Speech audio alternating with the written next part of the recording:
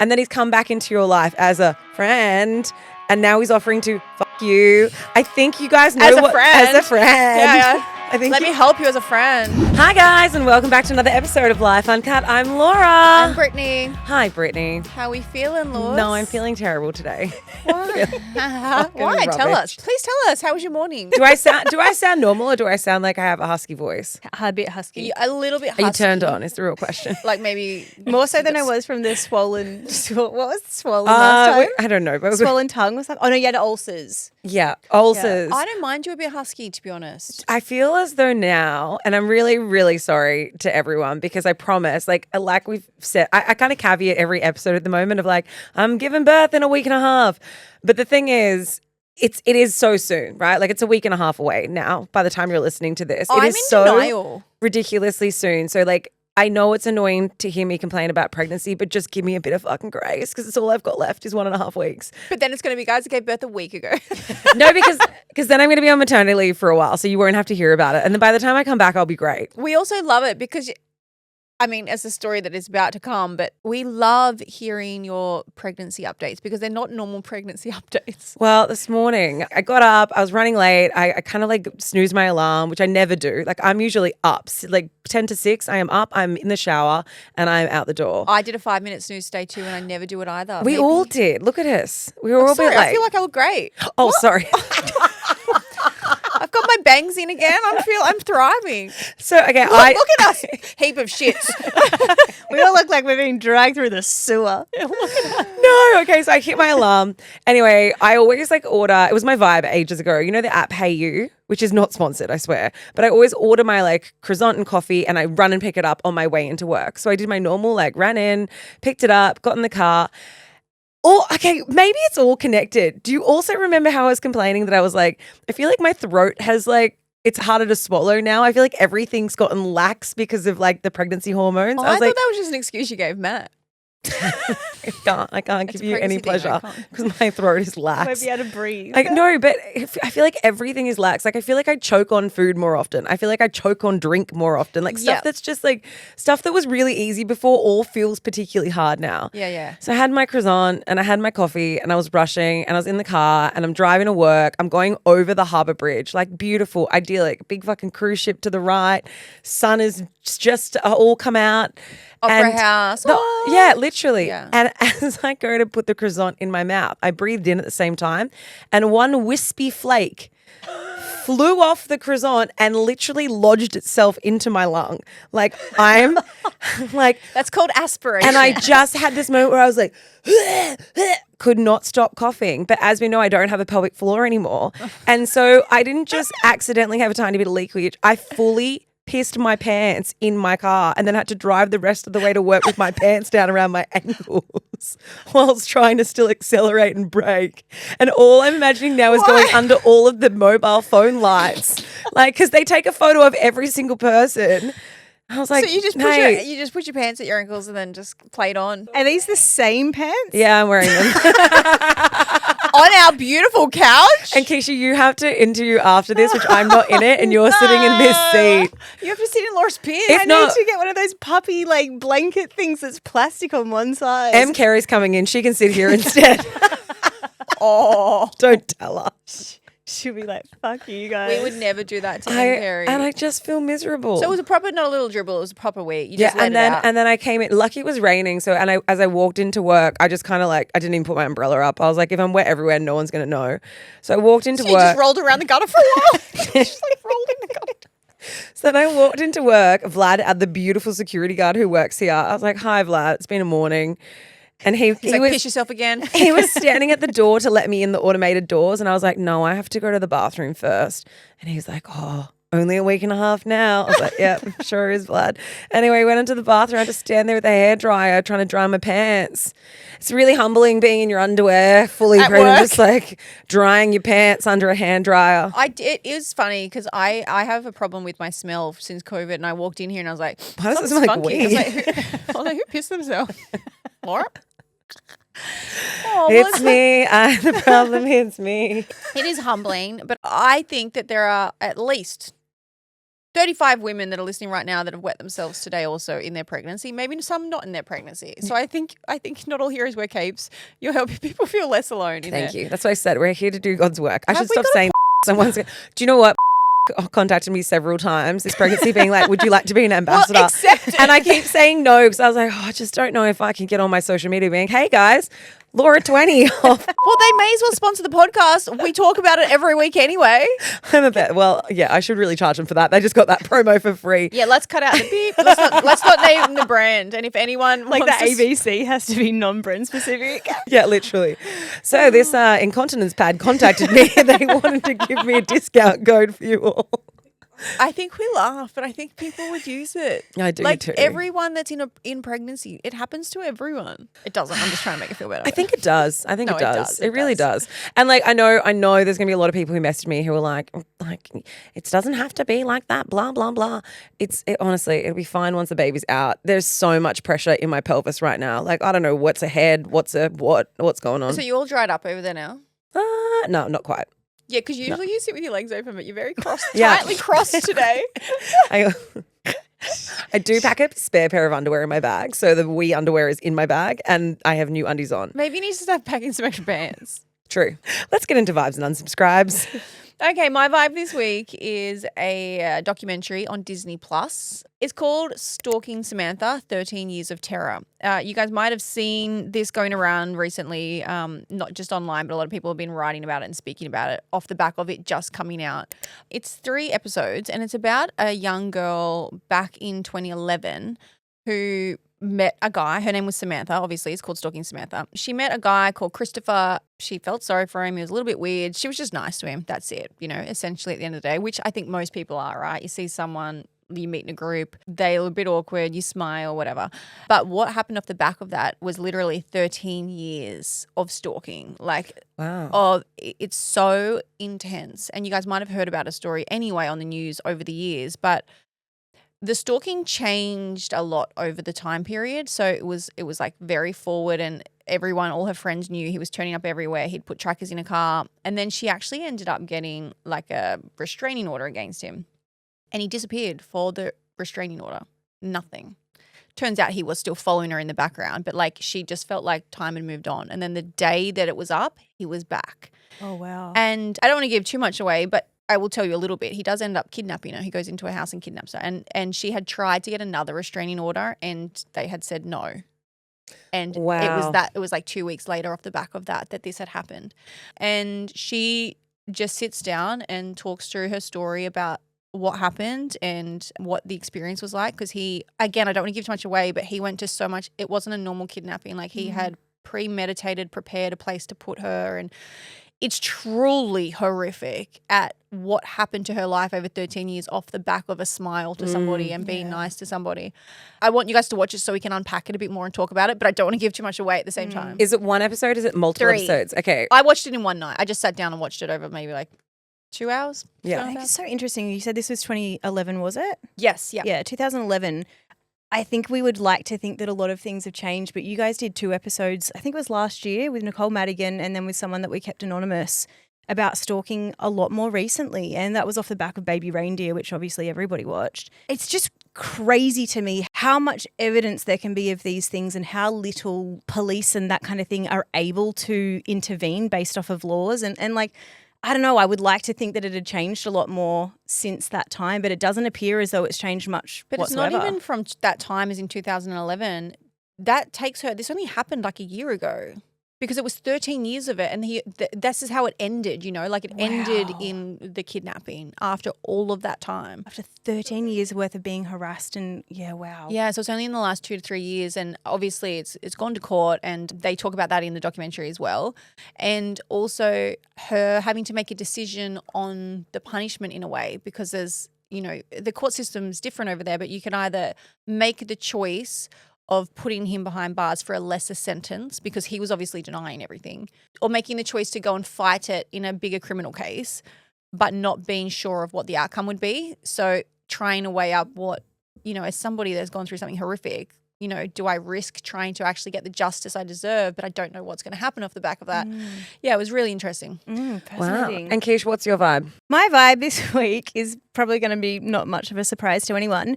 It's the most recent season of Australian Survivor, which is Oz versus World. So they have got some of the best and biggest players over Survivor from the last 2 decades from across the world. So it started with a team of, I think there was 6 and 6, don't quote me, but basically half of the players were Australian Survivor players. And they were the ones that were quite notorious from their seasons. You know, we had David, who is going to be the new host. This was the last season that JLP was hosting. There were people like Shawnee, like Kirby, like Luke Toki, like Janine Alice, who owns Boost Juice. So these people that really made big marks on their own seasons, or some of them have played a couple of times. And then they played against these people who have just dominated, mostly the American, but there was ones from like Finland and all of these other different survivors around the world. But they were all these amazing survivor players. And it was a really short season. There's only 10 episodes. So it was just so fast paced. You've also got people who are, some of them were playing for the 5th time. And so they know how to make moves on each other and they know not to trust a single person. I found it so wildly entertaining. Ness, our video editor, and we have been talking about this and texting each other about every single episode. And then the very last episode was one of the best episodes I've ever watched of any reality TV program. It was just so fast. It wrapped up so quickly that I was like, wait, what the hell? This isn't over now? But that's why I haven't gotten into it as much as I do normal Survivor. Like, I really love Survivor as well. And I firstly, I thought the last season of Australian Survivor had the best plays from Miles. Like, Miles was fucking amazing. The way he came back so many times from the literal bottom of the barrel, the jungle rat, and then ended up winning it. I don't know, maybe I expected more from it because it was supposed to be the best. So my expectations were high. I think this is your second vibe of Survivor. You know that? It's like Keeshia also gets a kickback from Survivor. She gets a 20% discount code. Does it From the free streaming service. does it make you, how do you feel? I got asked to do Survivor. Why didn't you do it? Are you upset that I said no? Yes.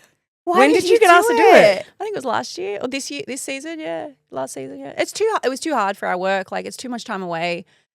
It's too much. I am gobsmacked. But you know, you were sitting next to, and I hope you utilise this. We all went to dinner last week, and the girl you were sitting next to, Shannon, was on Survivor. I hope you like doubled down and got She's all. fantastic. Anyway, sorry, I won't keep banging on about Survivor, but essentially this season, I thought it was so punchy. You know, there wasn't like extended episodes of stuff that you didn't really need. There was absolutely no fluff. It's just 10 episodes. It's all available for free on 10 Play, so you can watch it if you want to get a little taste test of some of the people from around the world that have played on Survivor. And some of these people have also played on all these other shows like Traders, like Deal or No Deal Island. Like you would never want to date one of these people, that's for sure. You'd be like, I don't believe anything you say. I also think that, and I saw it this season, particularly with Parvati, they must have an element of just being suspicious in their everyday life. Like you can just tell that they're not quite trusting of anything or anyone. Well, you know Pia Miranda, so she won quite a few seasons ago. I did Dancing with the Stars with her, and she said she would never have done it again. She said she left that show traumatized. Yeah. And that it took her quite a long time to get back into normal life and not be suspicious of her husband or of her children or of people in her immediate network. She said she was on high alert and she was properly traumatized by doing the show. Yeah, I don't know. Maybe Brittany 10 years ago or 5 years ago, but now I'm too old and I just want to trust people. I'm like, I want to eat nice food and have a nap. I want to eat my I want to sleep inside. All right, I don't have a TV show, so I have a product. It is a basic bitch product. It's incontinence pads. No brand, non-specific. A couple of weeks ago, I was like, I'm so off Facebook ads and my impulse purchasing. And then I made an impulse purchase and now I'm going to vibe it. So like, I've really gone back on my own, unsubscribe. I am someone who gets the fucking driest feet. It was my New Year's resolution this year that I was like, I'm not going to have dry heels. And then I let that go the second I got pregnant because I can barely see my feet anymore. This is an annual turnaround. Every year you're like, I hate my feet. You get a foot mask and then it comes back in the next year. Didn't you have that thing that you bathe your feet in and it like peels them I did it when you guys were there, but they were out of date and they didn't work. Yeah, I tried that. It got sucked into another one. I tried that chemical foot peel thing and it just did not work. No, I bought this. So like you get bloody foot filers and foot shavers and all that sort of shit. And anyway, firstly, I find that they don't last very long because usually like normal filers, they file down and then they're smooth and you've got to go buy another one. It's from CheekyGlo Glass and it is a tempered glass foot filer. So it can't wear out. It doesn't wear down. I just and can't it is believe great. you're having a foot filer for your dead fucking skin. I have the strongest stomach and nothing makes me feel queasier than grating a foot. Yeah. Well, I don't know how you're reaching your feet right now. yeah, I do it in the shower and I like On all fours. I can still lift a leg. No, I can lift a leg. I can't see my vagina, but I can lift a cocking it leg. to the side. No, I'm not on all fours. What? How on earth would I do it if I was on all fours? We know how Keeshia gets her butt lasered. She loves it. Keisha's just laying on her back with all fours up. Like, I I'm don't- not doing that either. I don't know if this is a brag. Maybe it is. I've never had to file my feet. They're quite soft. Like, what are you doing with Oh, yours? all right. Foot privilege. No, but I guess like what are you doing with yours? So apparently if you don't wear enclosed shoes, you're way more inclined to get cracked heels and stuff. So if you wear socks and shoes, I mean, this is the on first, the reg. Yeah, it's the first time I've worn enclosed shoes. You guys know I'm always in flats, but like I don't know, maybe I don't walk outside enough without shoes on. potentially. Yeah. I don't Okay, wear so it's enclosed shoes ever. So I'm always in slides and I always have dry feet. And Matt thinks I look like a 90-year-old lady. And I'm going to recommend a foot filer for everybody else who won't be shamed for having dry feet. Thanks, I'm Brittany not Hockley. shaming you. I'm just trying to understand. I don't know. I just have never had to file my feet ever. I Because mine haven't. is so luscious and beautiful. No, I don't have beautiful feet at all. I just don't have cracked dry heels. And more beautiful than mine, baby. All right, let's get into the questions. Fucking hell. Question number 1. Do I risk the friendship for some friends with benefits? Make sure you get that on No, YouTube. that was just for you. Make Cut sure- that out. Britt just deep-throated herself. Well, not myself. I don't know. Didn't Marilyn Manson it? 5 years ago, I met a man at work and the chemistry was insane. Like sparks flying, butterflies. This is my future husband vibes. Wow, that's a big call for a work That's colleague. just chemistry, guys. It's not real. That's not your future husband. That's a red flag. We ended up dating exclusively, but I freaked out, got cold feet, and ran straight back into the arms of my toxic ex. Rookie mistake, I know. We cut contact for about a year. I moved interstate, and life just went on. Then, at the end of 2023, he unblocked me on socials and slid back into my life. And honestly, it's been like no time has passed. We're best friends. He's my ride or die, my confidant. But the elephant in the room is that the attraction never actually went away. It's not just platonic, and we both know there's more. Here's where it gets extra spicy. I love her narration. I recently told him I'm demisexual and haven't had sex in over a year. His response? He basically volunteered as tribute to help me get back in the game. On one hand, I trust him more than anyone, and the idea is, let's just say, not unappealing. On the other hand, I'm scared of wrecking what we have. But then again, people drift as life moves on anyways. So part of me That was thinks, great. hey, why not have a little fun while we're here? So here's the dilemma, girls. Do I risk the friendship for some potentially mind-blowing benefits, or do I keep things safe and platonic? Is it a terrible idea, or is it exactly the kind of terrible idea worth trying? Oh, I mean, it's not. I feel different about this now that I I know like how the she full writes. question. I think she should write for us. Yeah, okay. Life just moves on. It truly does. Life drifts anyway, so fuck him and run. I think from this situation, the fact that you weren't a friendship in the start, like obviously there's more there. You guys weren't friends. You met, you were boning, and then you ran away to be with your ex. Like you dated this guy exclusively. And then he's come back into your life as a friend, and now he's offering to fuck you. I think you guys know As a what friend. as a friend. Yeah. I think Let me help you as a friend. I think you guys know what this is. It's fine. Have sex with him. It doesn't work out, he won't be in your life again. Like, is he so deeply important as a friend that you cannot live your life without him as a platonic friend? And if that's the case, and you're very honest with yourself and you're like, look, there's actually nothing there except for this like platonic need to have him in my life, then I'd be like, yeah, it'd be weird probably to have sex with him. But if you're like, actually, if I'm honest with myself, if I got into a long-term relationship, this probably would be a dangerous friendship to have on the side anyway, then fuck him and figure it out, because it's not worth waiting. Yes. And so normally what I would say here is, right, normally I would say there's plenty of fish in the sea, go fuck them.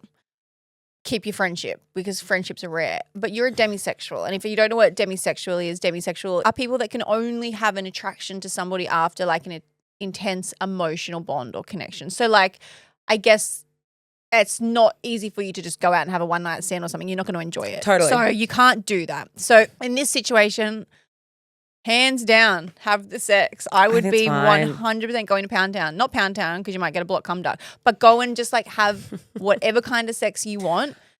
If it doesn't work out, like, I don't know, maybe you guys are going to fall in love. A couple of years ago when you met, you said he was like future husband vibes. So maybe it's going to progress into something more. Maybe it's not helping you get back in the game. Maybe it's actually helping lock down the game. Totally. And I also think he's testing the waters by saying that. Like if you say, oh, I'm demisexual, I'm only attracted to people who have a really strong emotional bond with. And he's like, cool, we could have sex. What do you think he's saying? He's saying, What do you think, bro? Why are you talking like that? What do you think, man? What do you think? He loves you. He's checking. He's checking to see if you have an emotional bond with him. It might not be that deep. He might just want to have sex as well.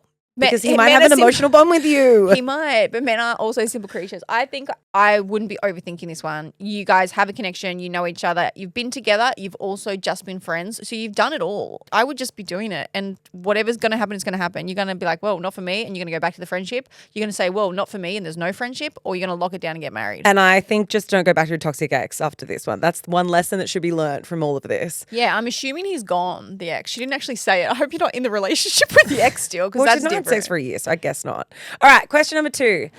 My husband hired his mate for wedding pictures and they are actually awful and I'm devastated. Oh, it's really shit. My husband and I got married in Italy last year. He booked his friend to be our photographer before discussing it with me. Once he told me, I told him that the photography style just wasn't my style and I actually didn't really think he was a good photographer. I asked my husband to cancel his friend, but he didn't. My husband assured me that we would have beautiful photos. Anyway, after the wedding, we got our photos back and I genuinely hate them. Half of our shot list is missing. There are terrible angles, shadows, lighting. The editing is awful. I cried for an entire week straight. It's been 1 year and I still can't look at our photos.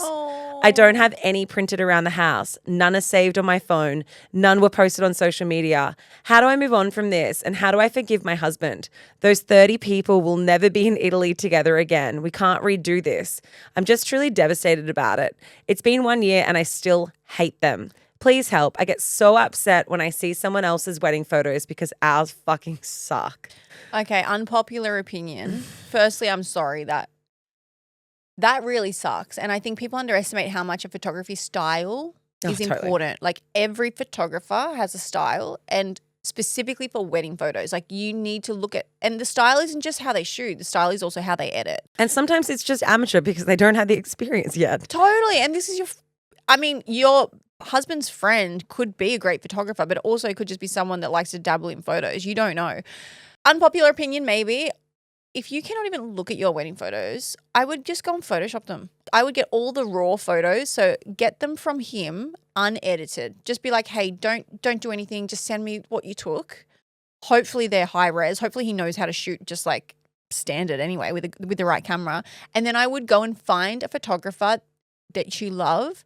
You're going to have to pay them, but I would explain the situation and say, can you edit these? Like, what can you do to save these? And just tell her or him, I cannot look at these photos. Like, is there something that you can do? Because I can guarantee you somebody out there will be able to work some magic on them to some extent. Yeah, I agree. Because it's not worth not being able to, like, having that feeling about your wedding, like when you can't, I don't know if you guys follow me. I've barely posted anything about my wedding, but that was a joke. I've posted every single day. I'm still posting. I'm not done yet. But you want to be able to be filled with joy and love. And I look at my photos, and not to rub it in, but like I'm like, oh, I just love that moment, and it takes me back somewhere. And I hate that you can't go back there, but I do think that you can. So that's what I would say. I would say, send me the raw photos, please. Don't tell him why. Say you want to make your own photo book, whatever. And then go to a professional. It's not a slap in the face to him. It's not rude. You don't even have to tell him. Who cares? But you deserve that. It is a slap in the face to him, which is okay. And the thing is, he's your husband's friend. If you say, I want all of the raw photos unedited, even if he does take that as like an artistic criticism on his abilities, at the end of the day, you've sat on these photos for a year, you're not happy with them, and you want to try and like look for an alternate option. I think that that's acceptable. Yeah, it's okay to say like, I have an idea of something I want to do with the photos. Can you send them to me? The only thing though you might find tricky is there aren't many photographers who want to work and do editing on someone else's photography. So you might find it really hard because you could spend all this time on Instagram shortlisting all these photographers whose style you like. And then when you contact them, they're going to be like, I'm not editing someone else's shit photos. I think you're going to that's going to be your biggest hurdle to overcome. But there are also loads of photo editing companies online and retouching companies rather than going through a specific photographer. So you could kind of go through those avenues as well. Like we use them for Tony May a lot for like deep etched products, etc.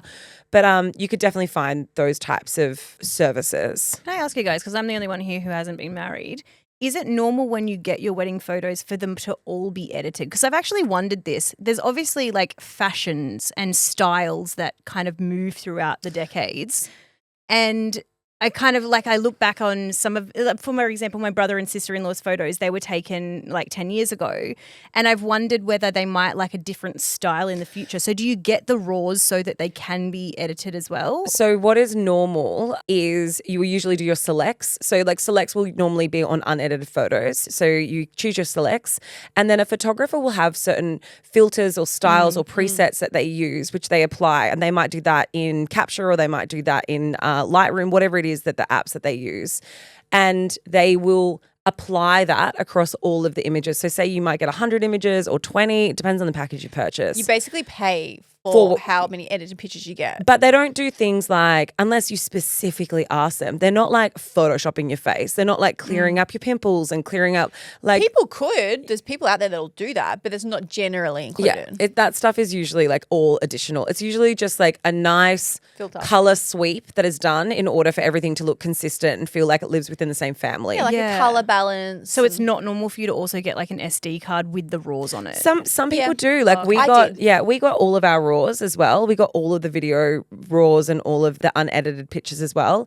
But we also got like the ones that were edited in black and white. And so like it depends on the photographer. Right. Everyone is different. It depends on how much you paid. It depends on what the package is. It's really how long is a piece of string. I think the more you pay, the more freedom you usually have to ask for what it is that you want. Yeah. And in this instance, it's your friend. So like I feel like you should be able to ask for whatever it is that you want. I think it's probably a high chance you got them unedited. I think she's probably just send them to you. Whilst I agree with you, Laura, it's like it might be not super easy to just go and contact a photographer and get them to edit it. But if you're paying somebody, you will find somebody. There is 100% somebody online or a company that will do it. And it might not be a really niche photographer that's going to do it. It might just be a company.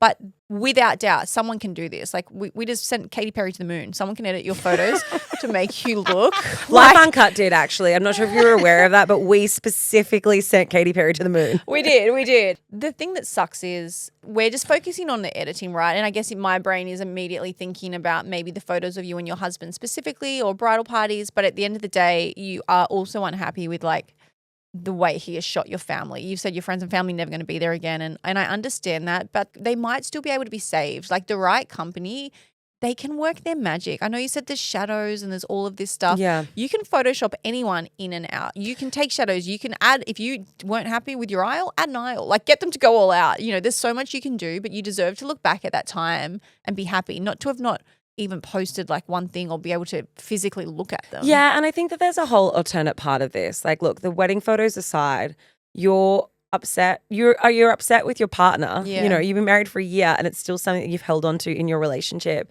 that you feel as though he either didn't listen to you or he prioritized his friends' feelings over yours. I think that this is one of those circumstances as well where you've probably realized, oh, I actually probably should have been more vocal. This was really important to me. Yeah. He went ahead and booked something I wasn't okay with. And I mean, you trusted that it was going to turn out okay and it didn't. And I feel like that this is one of those lessons in a moment where if something is really important to you, I would dare say you cared about the outcome of those photos more than he does.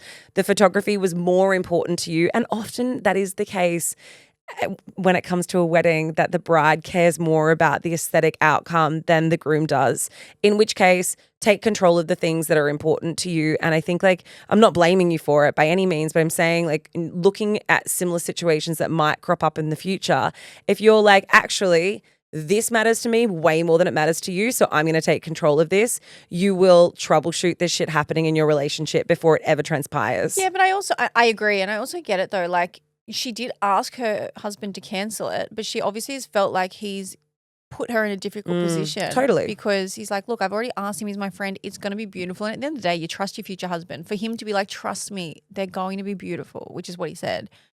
There's a part of you that probably goes, okay, do you know what? I'll trust you, which in hindsight, it's a wonderful thing. Go with your gut. You should have taken control, but there's nothing you can do about it now. Totally. except edit it. And there really is like the only other thing you can do is like you have to at some point move past it. Yeah, you have to forgive your husband You at some have to. point. You can't spend the next 10 years of your life being like, my wedding day was ruined because I don't have photos. To be fair, I would say that there are so many people who have outcomes from their wedding that they're not happy with or that are disappointed with. We don't have a video of our first dance, which we spent weeks learning, like weeks and weeks. Matt and I went to fucking dance classes to learn this silly first dance. You both did Dancing with the Stars too. And the the photographer stood in front of the fucking camera and blocked. I have a video that goes for 3 minutes of the cameraman's back. That's my first dance video. Not a single video of it. And you know what the annoying thing is? People don't film that for you because you got a photographer. Do you know what was annoying is that we paid so much fucking money and it was one of my main mandatories was to have our first dance video. So we don't have it. This was actually so nice. I haven't told you this yet, but for my first dance, I obviously filmed it. I will actually post that. I keep forgetting and whatever, life's busy, but I know people want to see it. But I will post it. But like a couple of days after the wedding, Matt messaged me videos of the full first dance and of mine, and he said, hey mate, I know you probably got it from your photographer and whatever else. He's like, but I couldn't risk what happened to you happening to us. He's like, we don't have a first dance, and he sent it to me off his iPhone, and I was like, that's really traumatized the you. whole Bless. thing. Yeah. Well, it's just, it was super sucks. it was super disappointing. Obviously, it wasn't Matt's fault. It was the people who we'd contracted's fault. Yeah. But at the end of the day, their response was kind of like, So unfortunately, sorry. stuff happens. And I was like, well, That's bullshit. no, but it does happen. Like, you can't change the past. They made a mistake. It's human error. Like, what do you do? You get a discount. Yeah, that didn't happen. But anyway, no, look, I mean, like, I guess the thing is like, you're not on your own. Yeah. There are a lot of people who have small parts of their wedding that they're disappointed by, but don't let it overshadow everything about how amazing that day was. Like, the memories of that day are incredible. I still know that my first dance with Matt was incredible. And yes, it's unfortunate I don't get to ever watch it back and see it in any format ever. But like, it is what it is. And I can tell you that it was a beautiful dance. thanks, Britt. And everyone there loved it. It was very fun. I also had a pizza for my wedding cake, so let's all not forget that. I was with 3 friends last night who all hated their wedding photos. Some of them were like, we're going to do like a vow renewal just so that we can get different photos that we actually want to print. Wow. But I think it's common. That's Yeah, actually it's a common. good idea. Maybe you guys can do it. I know it sucks and it costs money and you shouldn't have to, but maybe you can do like an anniversary shoot where it's like you get a dress or whatever it is, you hire a photographer. It's not the same, but it might be a meet in the middle and your husband has to pay for it. Okay, so next question. My friend wants me to plan 2 bridal events for her. I think it's too much. Am I the asshole? I'm a maid of honor for my best friend who is getting married in November. This friend is typically disorganized, leaves things until the last minute. I had to constantly follow up for details to be able to plan her hens. She said she only wants friends invited, but wants to do a second hens for the parents. That's so She annoying. said she doesn't want the parents at the hens because she'd be worried about the mums having a good time the whole time and not enjoying it herself. Like, so she's saying she's going to be worried about the parents if they're there. Got you. For context, the mums don't get along when they drink. Oh, yeah, you can't do that then. You can't have them there. Well, just don't drink and behave yourself for your daughter. I don't know. I don't think that's hard. But we decided to just have the hens without the parents and no other events. I said I would not be planning 2 hens for her as it wouldn't be as special the second time. Now, with 2 months out from the wedding, she has asked me to plan the bridal shower so that the mums can attend, so that they also get to have a special day for them because they missed out on the hens party. Am I the asshole for not putting in the same effort or money into the bridal shower as I am for the hen? No, it's fine. Oh, is a bridal shower a thing? I've been to never one. heard of a bridal shower. What do you shower them with? And like, I get a baby shower because you need specific things, but what do you need for a bridal shower? The one I went to, and she had a separate hens, and I went to both. the bridal shower had the mums, the aunties, all that kind of. Actually, come to think of it, some of them were at the hens as well. But it was a lot more low key. It was more like high tea vibes. So it was like an afternoon. She did get some gifts from like the older people. I think it was more so that the older people felt included. And then the hens was meant to be like the younger, go out, get drunk kind of vibe. I'm not into it. I think two's too greedy. I think that's a lot. Yeah. Look, I mean, if you want to have a bridal shower, though, I think you just organise a dinner or a lunch or something. Yeah, with those just people. Book a restaurant. I don't think you need to go all out in decorating. You also just reuse the decorations you had for the hens. Bring out the penis straws a second time around. Also, my mum came to my hens and she loved it. She was the one partied the latest. Yeah, like, but I was like, Mum, we're going home.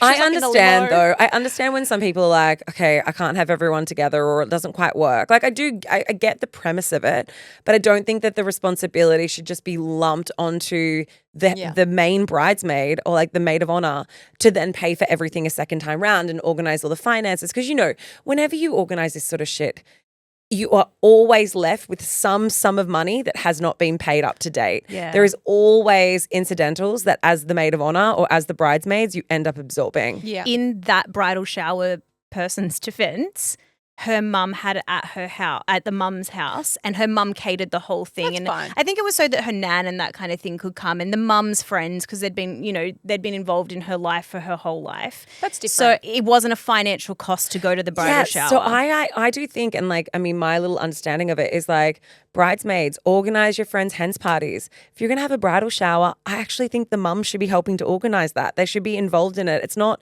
the bridesmaids' jobs to organize a party for the mums. Like, that's weird. You tell them all. So, yeah, I would say I think it's okay, book a lunch, but also I would be engaging the mums and be saying, we organized the hens party and like it would be great to have you guys organize this or have some sort of contribution since this is for you.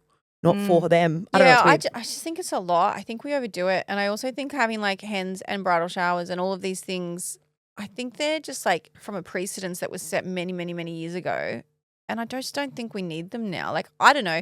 Weddings are too expensive these days anyway for a lot of people. And then you throw in bridal like weekends away and all of a sudden gone are the days of going to a hens where you have a lunch. It's like all of a sudden it's a 3-day event and it really adds up for people. Then they've got to pay for the wedding and then they're paying for – it adds up. And I'm not saying people shouldn't do it. Like, I had a hens. I think it's fine. I just think we need to understand the cost of these things for people. Yeah, I do. And I also think we have to be mindful of the expectation around gifting. Yeah. Because if you have an engagement party and then there's gifting at the engagement party and then you have a bridal shower and there's gifting at the bridal shower and then you're having a wedding and there's gifting at the wedding, like that to me is a lot of expectation on your friends. And I think it depends how financially secure your friends and your entire friendship group and everything is. Like that seems to me like a lot. Even engagement presents and engagement parties, I'm still a little bit like, it's nice to give a gift, but I actually don't expect that everyone gives a gift for an engagement party. Like we didn't have one, so I didn't have an engagement party either. But I think if you have it, I wouldn't expect gifts from everyone who comes. I think it's also a big time expectation, like asking to have multiple weekends where you block out, X amount of time. Totally. And I actually will, Laura, this is probably a little bit of a toot Tony May's horn.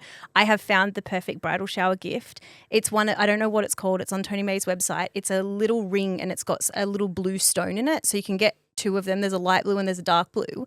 And it can be something new and something blue for the bride on her wedding day. Is it the birthstone rings or Yes. is it? Okay, right. Yes. Because the little aquamarine one. Yes. Cute. I love that. Segue, while we're sitting in that. Life Uncut 20. No, but while we're sitting in Is the that. code for 20% It's not off. very expensive and it's something that I've bought for a couple of bridal showers because I've been like, oh, this is connected to the wedding and it's a nice gift, but it hasn't put me out hundreds and hundreds of dollars. Yeah, definitely. Laura made my earrings for my wedding. We adapted something and it's just its own standalone earring. She doesn't sell them, but you should sell them and call them the Brittany because I've had a lot of people ask about them and I've wanted something named after me for quite a while. So This is true. You were trying to edge to get that ring named after you. I saw on social media. We ran this competition where it was like, name the ring.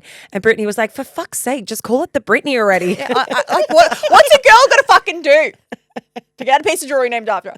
No, but I have had people ask me about it. So look, do what you want, Laura, but I think there is a real sales avenue there. Did you lose them like straight after the wedding? Did you I find found them them again? again. Great. I Yeah. love that. Do you know what I did? And I'm a sucker for this. I'm a sucker for putting something in such a safe place that I don't remember the safe place. They're so safe I can't find them again. So I didn't lose them. I just safetied them. I unsafed them. So I do the exact same thing. No, you just leave them on the roof of your car. No, but then I will intentionally put things in super safe places and I have no idea where they are. Anyway, all right, Okay. next question.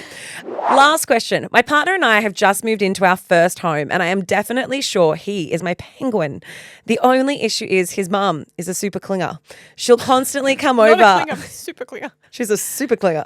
She'll constantly come over and want to fold our washing, clean our house, and she just won't stop. Sorry, what's the problem? I know, I'm like, I love her. Send her to my house. Come to me. At first it was nice, but now it's just too much. And I feel like she has just completely taken away the chance for us to be adults and actually do stuff for ourselves. I've mentioned this to my partner and he doesn't seem to care as he is an only child and he feels like she's just doing this as a way to stay close to him. Am I overreacting? How do I approach this? Hundy, I can see what's happening here. I'm going to assume you are early 20s. You've said it's your first home. You've just moved in together. You've moved out of the home and stuff. And I 100% know what it's like to want your independence. You are going to have a change of heart in a year. Like, it sounds cute to do your own washing and cleaning for a little while and, like, be your own person. You are going to be borrowing and stealing. Nah, I to get your disagree. Sorry, if there was one person that would offer to come to my house and say, hey, Brittany, I just want to come and clean for you. I want to do your washing. I'd be like, move in with me. Like, yes, 100%. I disagree, but that is literally what happened with my mother-in-law. And I was like, Yes. come and stay and never leave me. You're like, I disagree. You're like, cool, I've got a nanny, cook, and cleaner. Ellie was like, for a really long time when we first like told Ellie to come down and live with us, we were talking about putting a granny flat in the backyard because we had the space for it.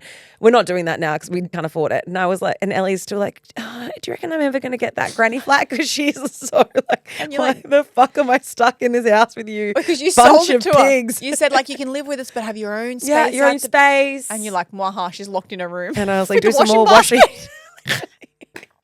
Oh, we love you, Ellie. No, look, I feel differently for a couple of reasons. I mean, I'm obviously joking too, but no. Not really. Like, no, I get what you're saying. I validate you, but I think you will change your mind. No, I agree. It's different also when you potentially when you have kids and like having extra helping hands, et cetera, et cetera.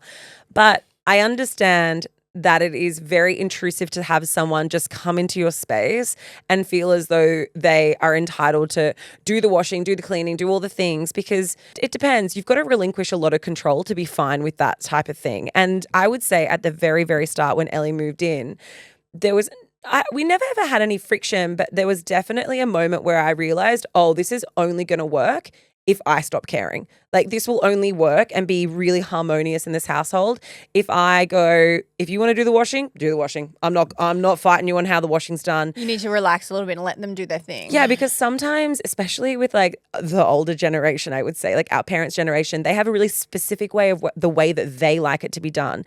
I don't care that much. I'll shove the shit in the washing machine and put it on. And sometimes, guess what? I put towels in with t-shirts. Woo, who cares? Dude, I put blacks with whites sometimes. But you are I live on the edge. fucking Only if wild. they've been washed 3 times. That would send Ellie into outer space. She would fucking Katy Perry her way out of this world. But she honestly, like, she can't handle that. And I can't handle the fact that she cares that much about something I don't care about.